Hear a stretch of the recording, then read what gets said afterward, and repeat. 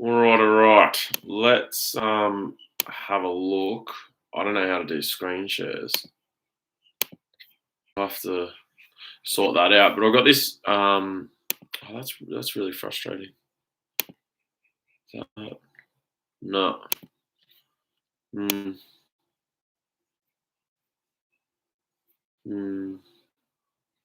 No, I don't know how to do screen shares. I'll work it out. But I'm just going to read this email that relates to sort of the live I was doing yesterday when I was talking about that description of money that came through this book, which I'm still reading like crazy because it's amazing. And it's an email from a guy by the name of Simon Black. And if you, what's his website? So I strongly recommend going and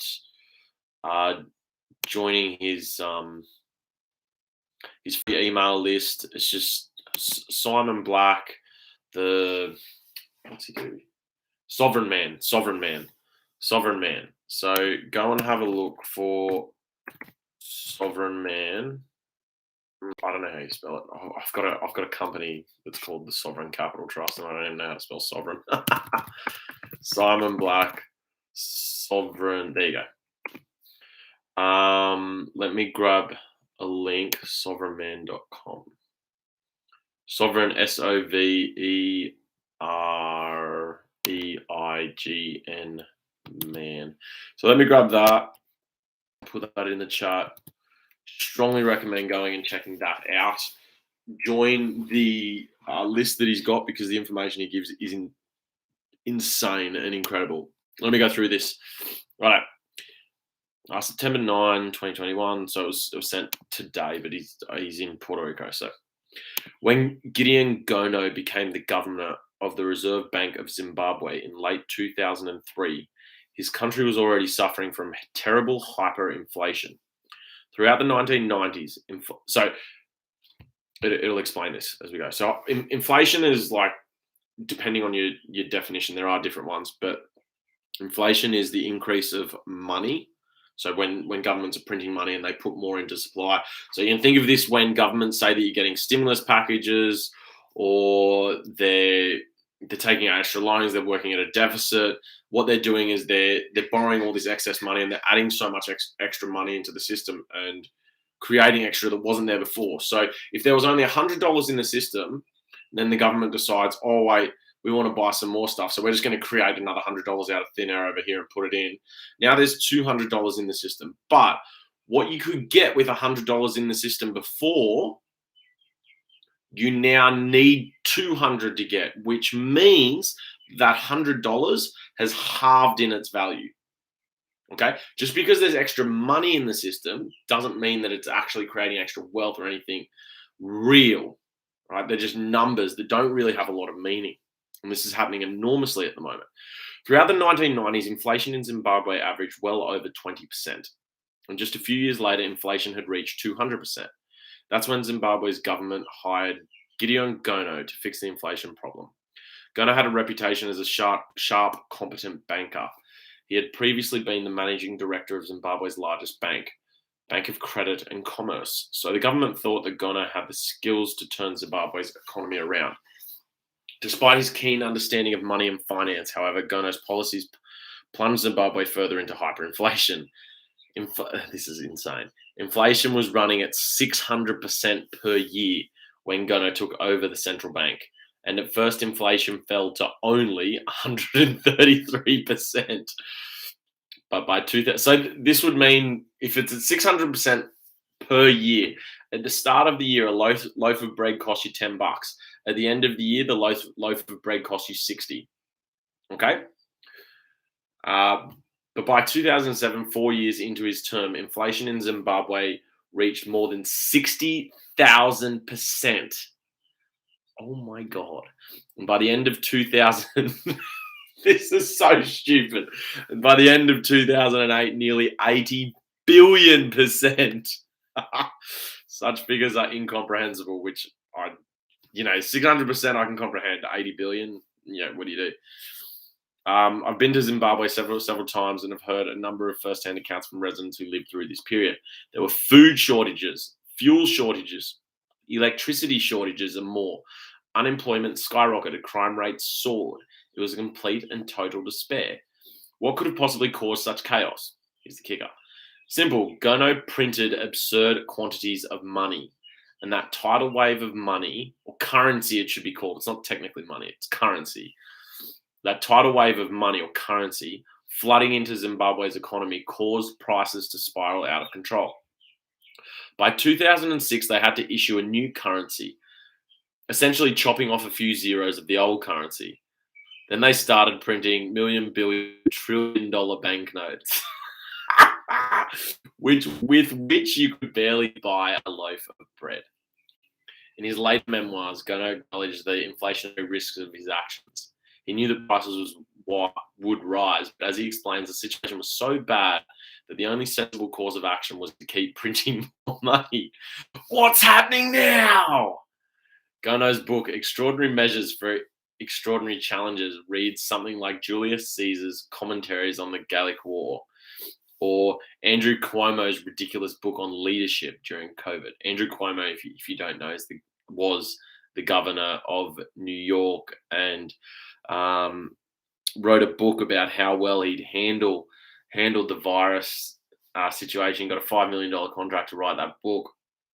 And while he was promoting himself as being amazing and all this, he was feeling up women behind the scenes, ended up getting ousted for sexual harassment, but also covering up the deaths of about 15,000 people that died from COVID from actions and choices that he took by sending old people who weren't infected back into nursing homes so that they infected more of the highly vulnerable people, and it led to about 15,000 deaths. So that's why it's a ridiculous book on leadership, because the guy is the example of how not to lead.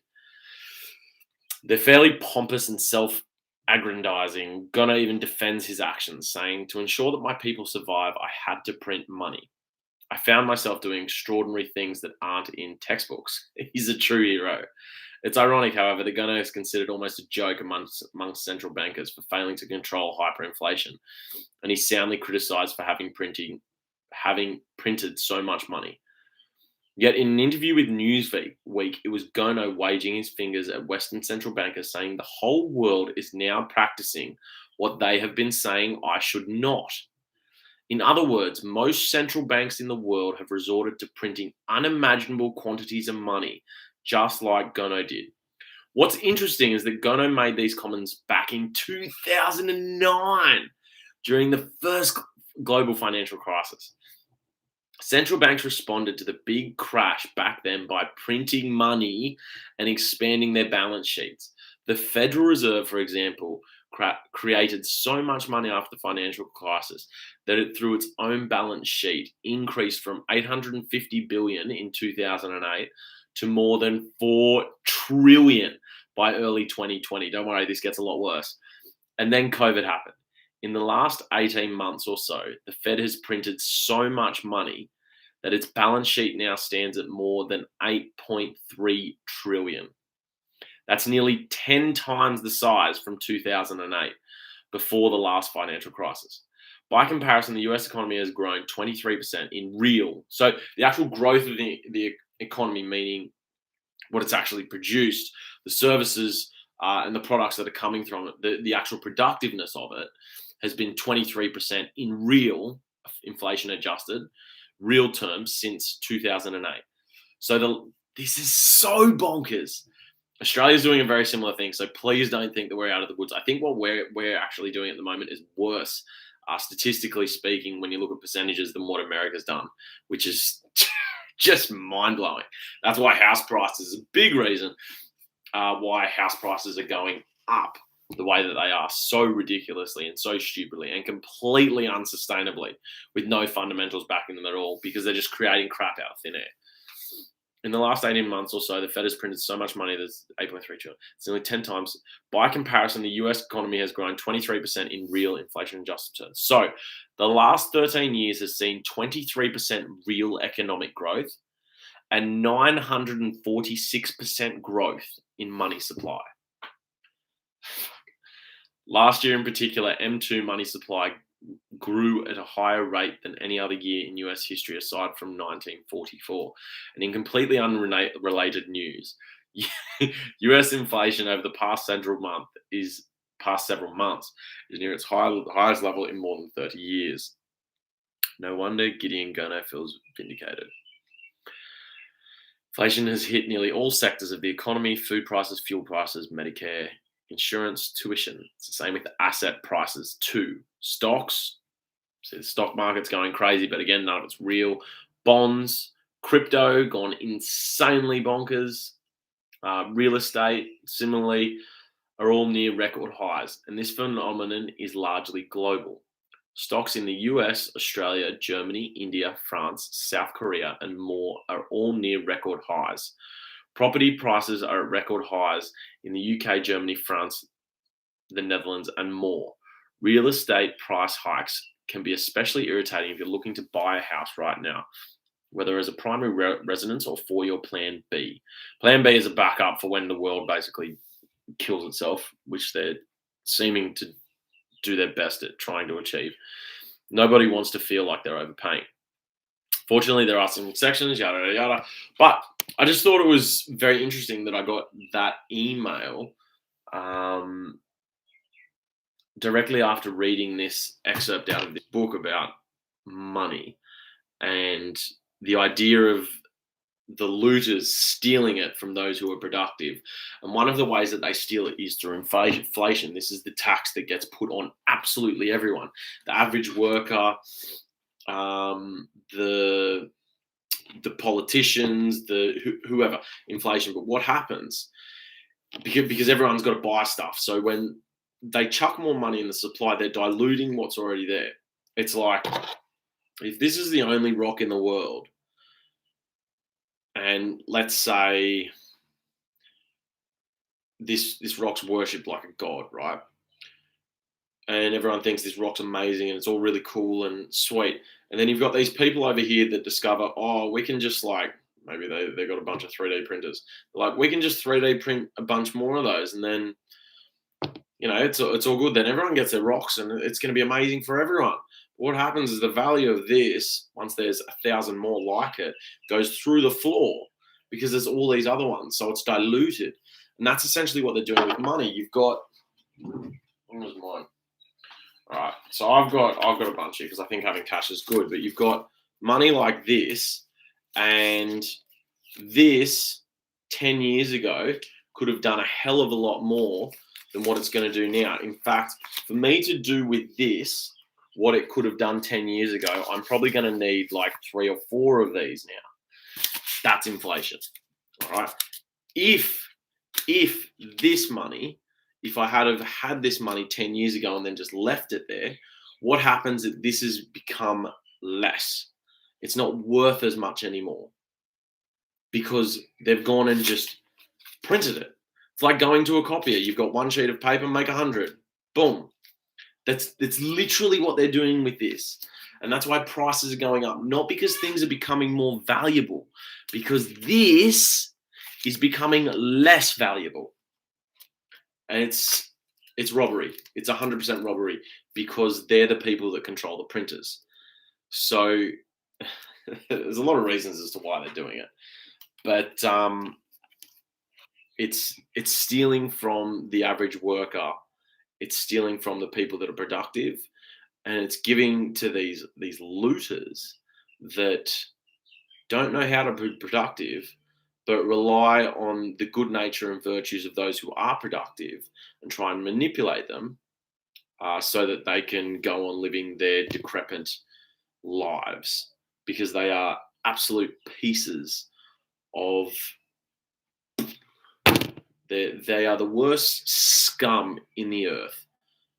They're just atrocious parasites, and they literally feed off like intestinal tapeworms, or that is what they are. They feed off the nutrients that the productive people are feeding the economy and are feeding the world, and they don't care how big they grow. They don't care how much they get, so long as that they survive. They don't care about the host.